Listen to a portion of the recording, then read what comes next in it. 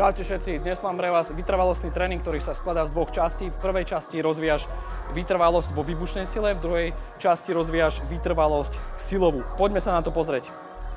Máme prvú časť, čiže ideš alaktátovú anaerobnú kapacitu, pracuješ na princípe EMOMu, čiže Every Minute on the Minute.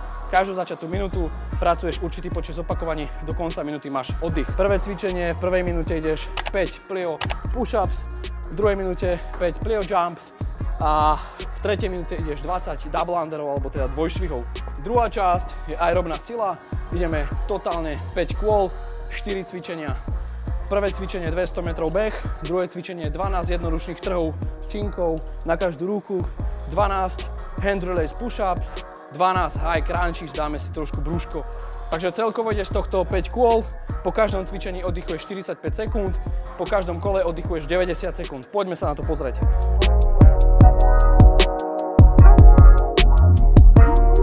Máme pripravené double unders, dvojšvihy.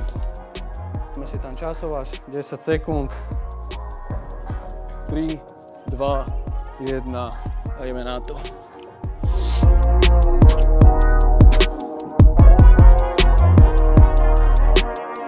OK, celé mi to trvalo nejakých 8 sekúnd.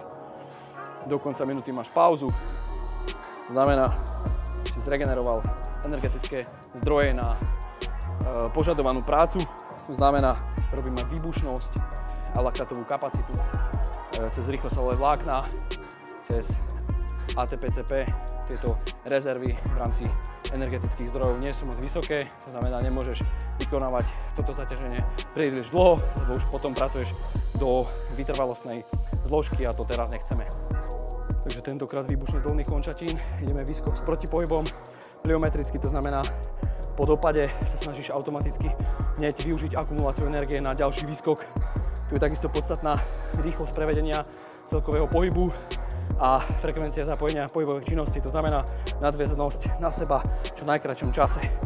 To isté platí aj pri kľukoch, kde sa snažíš vystreliť z tých páží do vystretých lakťov, otlačiť, ako keby sa vzoprieť od tej zeme, vystreliť do zeme, pričom sa snažíš držať stále aktívny trup, neprehnúť sa v krížoch a pracuješ vždy do výdychu. 5 sekúnd, 3, 2, 1.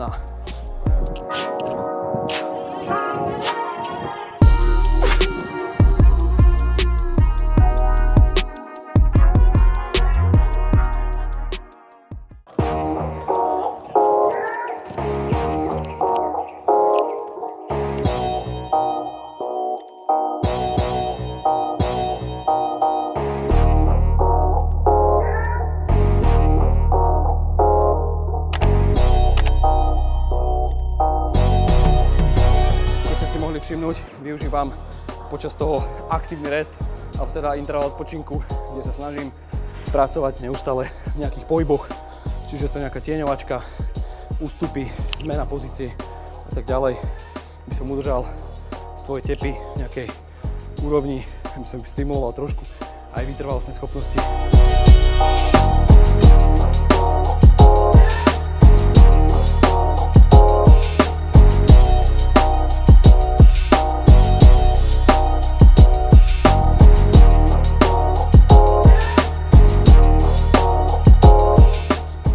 Predposledné kolečko, takže dokončíme to a ideme na ďalšiu časť.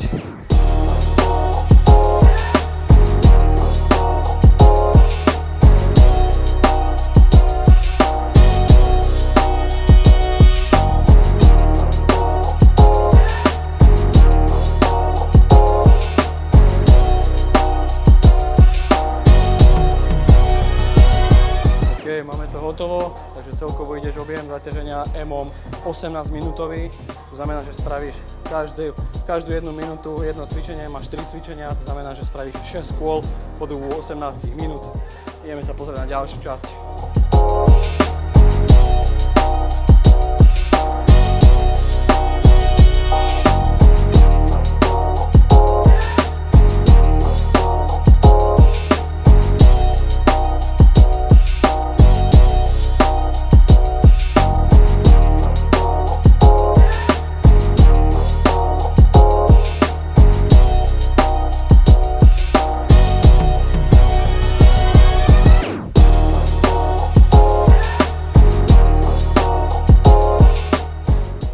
si rýchlo utekajú pauzičky. Ďalej.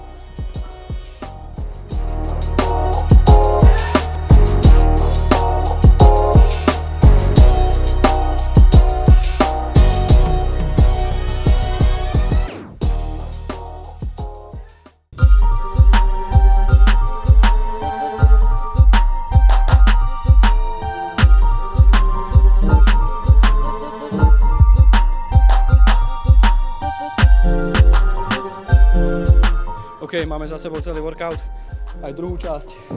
Druhá časť bola trošku náročnejšia, sme sa trošku viacej zadýchali, aj skrz interval odpočinku.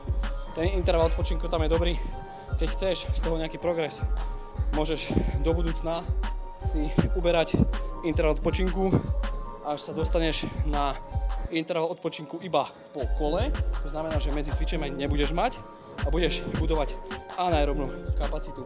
V tomto prípade by som ale volil po celom kole až 2 až 3 minútový interval odpočinku. Ďakujem za zhľadnutie tohto videa. Ak sa ti workout páčil, tak si ho zacvič. Budem rád za každé zdieľanie, za každý feedback. Tak to vyskúšajte. Kliknite mi na odber, zapni si upozornenia, aby ti chodili videjka, keď niečo pridám a daj tam like. Ďakujem, čus.